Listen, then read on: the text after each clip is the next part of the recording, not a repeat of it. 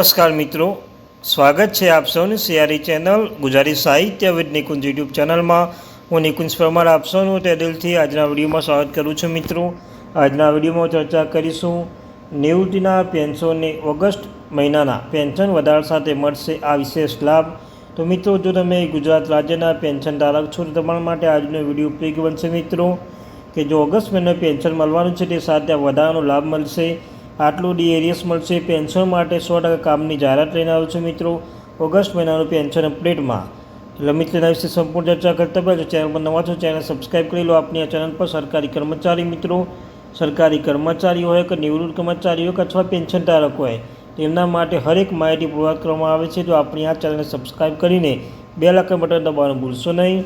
તો ચાલો જાણીએ વિગતવાર માહિતી. મિત્રો, તો વાત કરવાના છે આજના વિડીયોમાં કે આઠમું પગાર પંચ નવીનતમ આઠમું પગાર પંચ સરકારની ભલામણ સુપ્રત કરવા માટે એક્શન મોડમાં છે. આ માટે પગાર પંચ દેશભરના વિવિધ શહેરોમાં વારંવાર બેઠક કરી રહ્યું છે.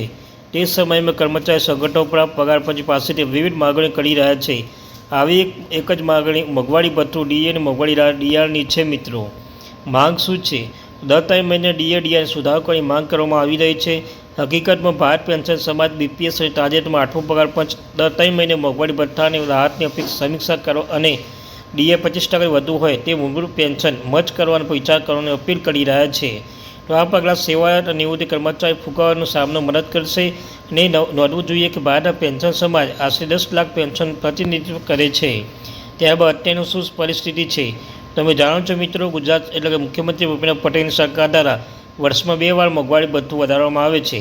વર્ષમાં 2 વાર મોંઘવારી ભથ્થું વધારે છે. એક જાન્યુઆરી, બીજું છે જુલાઈ.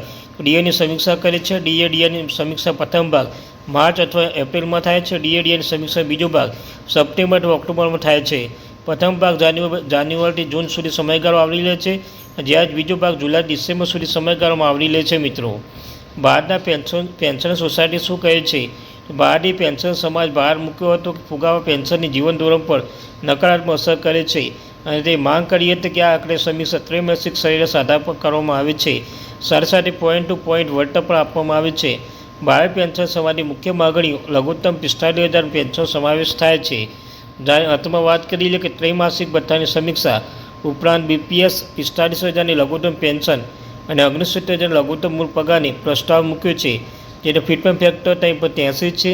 તેને ફિટમેન્ટ ફેક્ટરની ગણતરી માટે 5.2 વેઇટેજ યુનિટ ફેમિલી ફોર્મ્યુલા પણ સૂચવ્યું છે. બીપીસી એનસી જેસીએમ સ્ટાર બાજુની જેમ લઘુત્તમ પગાર 69,000 પર 83 પરિવાર માંગ કરી રહ્યું છે. અને બીપીએસ દર 5 વર્ષ પગાર અને પેન્શન સમીક્ષા કરવાની પણ માંગ કરી રહી છે. મિત્રો, ત્યારબાદ અંતમાં જો છે કે આઠમો પગાર પંચ સમયરેખા. તો આઠમો પગાર પંચ સમયરેખા 3 નવેમ્બર 2025ના રોજ કરવામાં આવી હતી અને કેન્દ્રીય મંત્રીમંડળે અહેવાલ રજૂ કરવા માટે 18 મહિનો સમય આપ્યો છે. જો બધું બરાબર રહ્યું છે અંતિમ અહેવાલ મે 26ની આસપાસ રજૂ કરવામાં આવશે. મિત્રો, એ નોંધવું જોઈએ કે પગાર પંચ આગામી મહિનામાં ચેન્નાઈ, પાંડિચેરી, ચંડીગઢ, જયપુર બેઠક યોજાશે.